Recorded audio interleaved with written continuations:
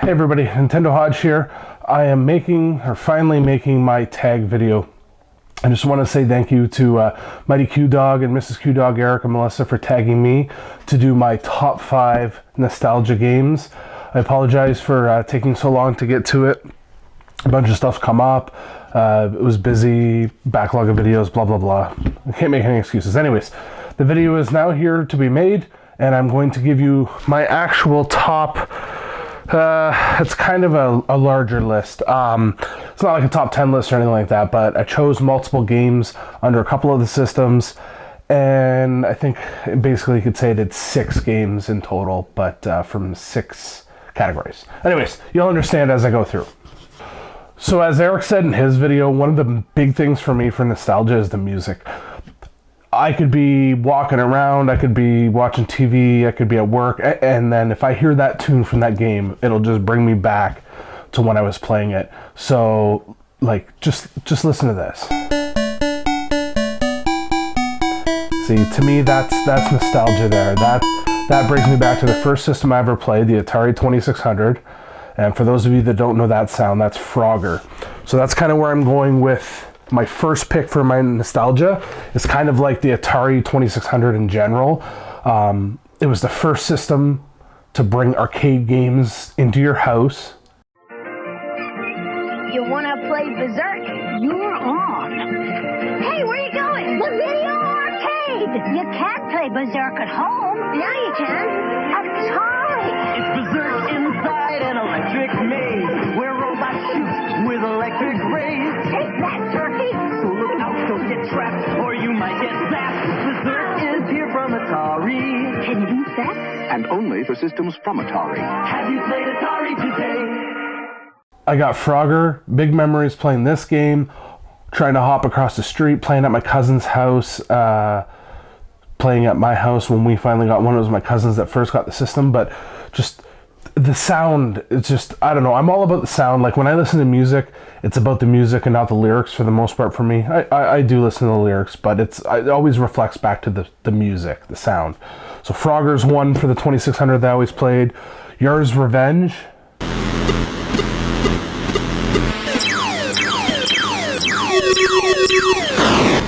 You'll know that sound there if you played Yar's Revenge. It's just very distinct.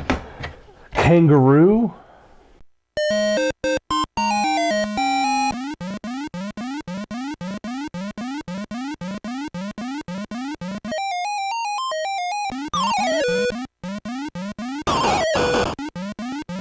Another really fun game. I really enjoyed playing that one.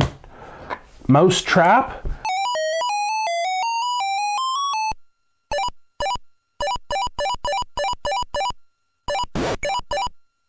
Just the sound, it's all comes back to the sound. That's going to be a big theme with me with the older stuff here. Freeway.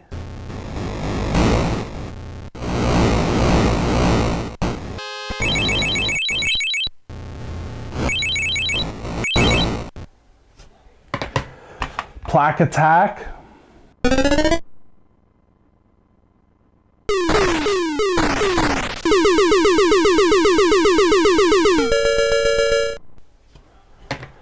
And last but not least, Oink.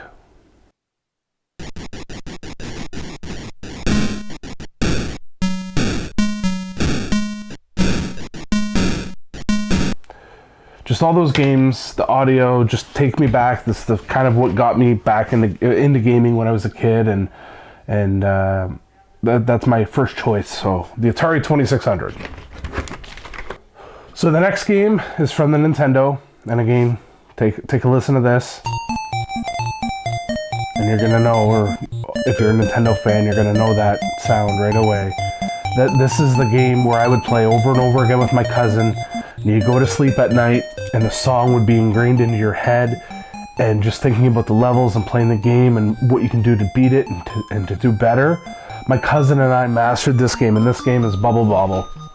I remember beating this game with my cousin. We would play this hours on end. When we would play it almost like an arcade to see who could get the highest points. So after you beat the level, you'd sit in the corner and you pop your bubbles to get your points to go up, and it's such a fun game going through the levels and learning the things, collecting the shoes to make you go faster. And there was a certain item, I can't remember all the items off the top of my head, but I think it was candy to blow your bubbles faster, or I think it also helped shoot your bubbles further.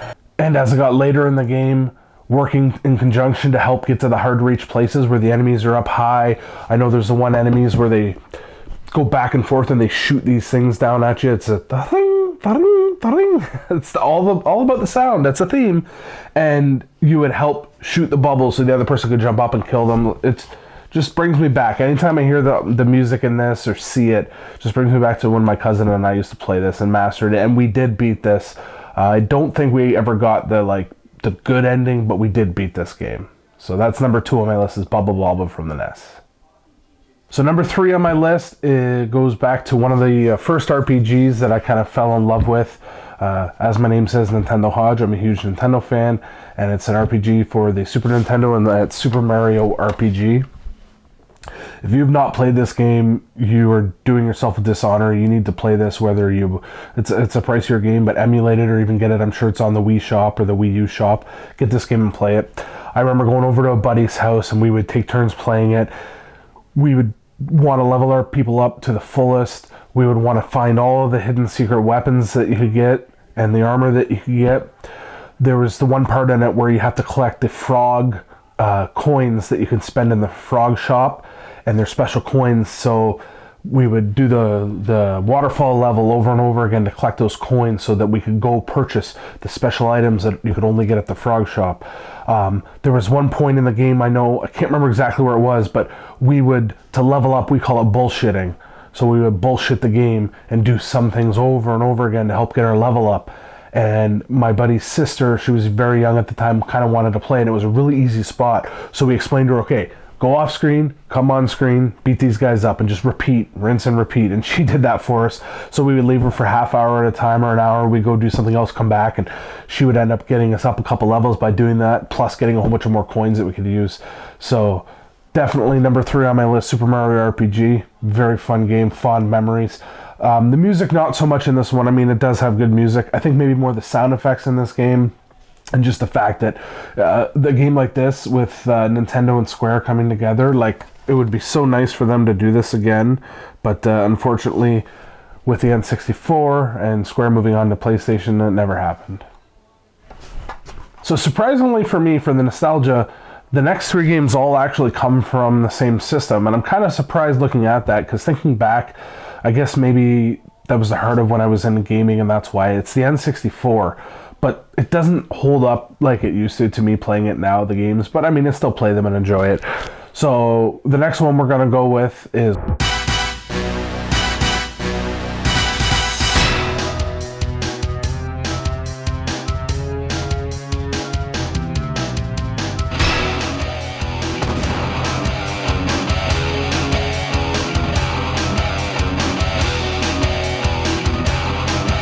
GoldenEye on the N64. For those of you that played this when it came out, the best part about this is the multiplayer function. We used to play this hours on end. There'd be 4 of us playing. If there was a 5th person there, whoever ended up losing in the round would get rotated out. We used to always play with the one-shot kill on, so it was at my buddy's house and he beat the game complete, so it unlocks all the other features. So we would turn on one-shot kills. And the level we always seemed to play was the stack. We would play that level over and over again, and we would mix it up all the time. Sometimes it would be just the PP7 would be the only weapon you're allowed to use. Or my favorite, and I mean I wasn't the best with it, but it was the fun, was the rocket launcher. I ended up killing myself most of the time playing with that. But in the stack, there were certain points where you could hide and you would shoot the wall looking at the other person's screen because you knew that you were there, and the rocket launcher would kill them on the opposite side of the wall. I remember we had a rule, nobody was allowed to play as Odd Job just because he was so much shorter and harder to shoot than everybody else. It just brings back tons of memory, everybody yelling at each other, hitting each other, and playing this game to see who could be the best and who got the best kill streaks or the most kills. And it was just so much fun playing this game. So definitely awesome multiplayer game. I know this is one of the most popular ones out there, so this will be 1, 2, 3. So this is number 4 Again, these aren't in a particular order. I'm kind of going in order of chronological, which seems to be what everybody else is doing. So GoldenEye, number 4. Number 5, again, as I said, it's on the N64. And it's kind of a genre of games. And they're the best games I've played, best genre of games I've played on any system. And that's the wrestling games on the N64. My first foray into it was the WCW NWO World Tour, and then after that was WCW Revenge. These two, again, we would play on hours on end, picking your favorite wrestler. We would always do 4-player, if we had 4 people there at the time, matches. Normally it was every man for themselves, and you would just do wild and crazy things, like you would pick somebody small, like a Rey Mysterio. For those of you that don't know wrestling, he's a luchador, he's a little small guy, and you would go against somebody, the Giant, or Big Show as he's known now, big giant 7-foot tall guy, and you would do really crazy things and try to beat the other guy up. And we had a rule that you couldn't win unless you did your finisher like 2 or 3 times, and we would sit here and play this game up until the wee hours of the morning, and then after a number of years after those two kind of were done, WrestleMania 2000 came out, and this one allowed you to create your own character. So we would each create our own wrestler, and then you'd make your own entrance music and your own move list, and we would spend an hour doing that, and then you would play as that character. We would do tag teams sometimes, and or go against each other, try to win the title, and it's just so much fun with the creative character. To me, that's the first time that I can recall a creative character being used. I'm sure there's probably other ones, but to me, I think that's the first time I ever used one. It was just so much fun naming your wrestler and creating them and doing the move sets, like I already said, and just playing into the wee hours of the morning. And it's friends that I don't see anymore that I used to play that one with all the time. And I mean, you think back and it's like, geez, what happened? I kind of miss them.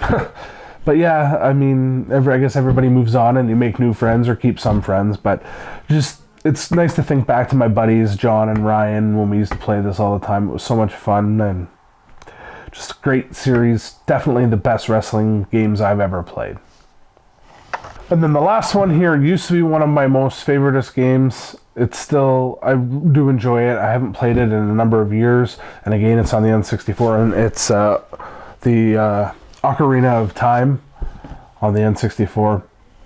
I remember when this game was released, there was about 3 or 4 of us. My buddy's dad took us into EB Games in Barrie, and we were there for the midnight launching. I think we got it earlier than midnight. It may have been like 11 o'clock in the morning, or sorry, 11 o'clock at night launch, and you got the box, the special, and we all got the gold cart like this. Unfortunately, this isn't my original cart, and I remember it came in a gold bag, and it said, the logo, the Zelda logo was on the side of it, and we got the gold bag, and you got the map with it, and I think there was some stickers you got with it too. So we all got that game, and we're just chatting about it, and I know we've been previewing it in the Nintendo Power magazines before it was coming out, and so everybody got home that night, probably midnight or something like that, and I know I stayed up well past 2 o'clock in the morning, beating the first temple, the Dcrediah temple, and then coming to school the next day and talking to everybody.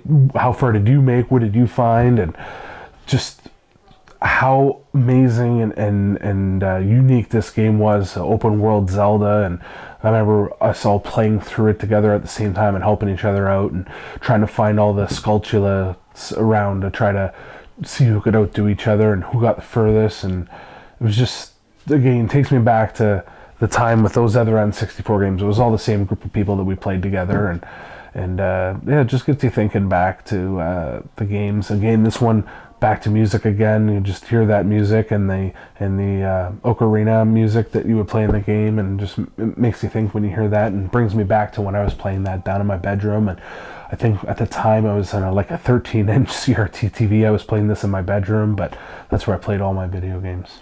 So yeah, definitely nostalgia.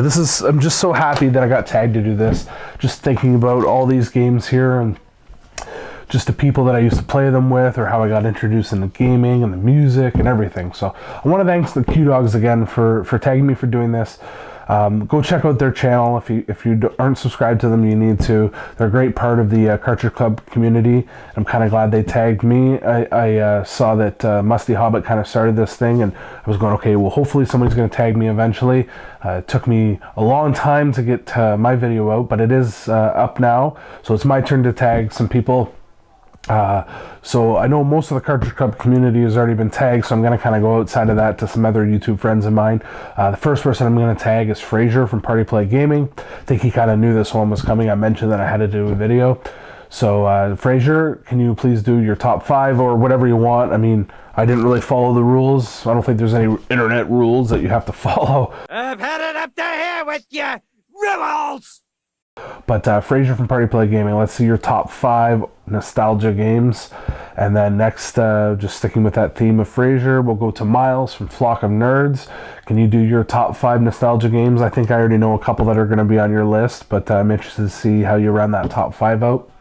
And the last person I'm going to tag, and I don't know if a lot of the Cartridge Club know this person. I'm pretty sure he's not a member of the Cartridge Club, and it's Dcrediah. Christian. He's got an awesome channel where he talks about video games. He's really big into wrestling, so that's kind of where we talk about wrestling on top of video games. I know he's really big into Power Rangers. I remember watching that as a kid, so I'm interested to see what Christian's top 5 nostalgia games are. So Christian, you're tagged as well. So thanks again, everybody, for watching. I apologize it took so long to get this video out. I'm glad I was able to do it. Definitely brings back lots of memories, and I had a lot of fun making this. So thanks again, and remember to game on and game often.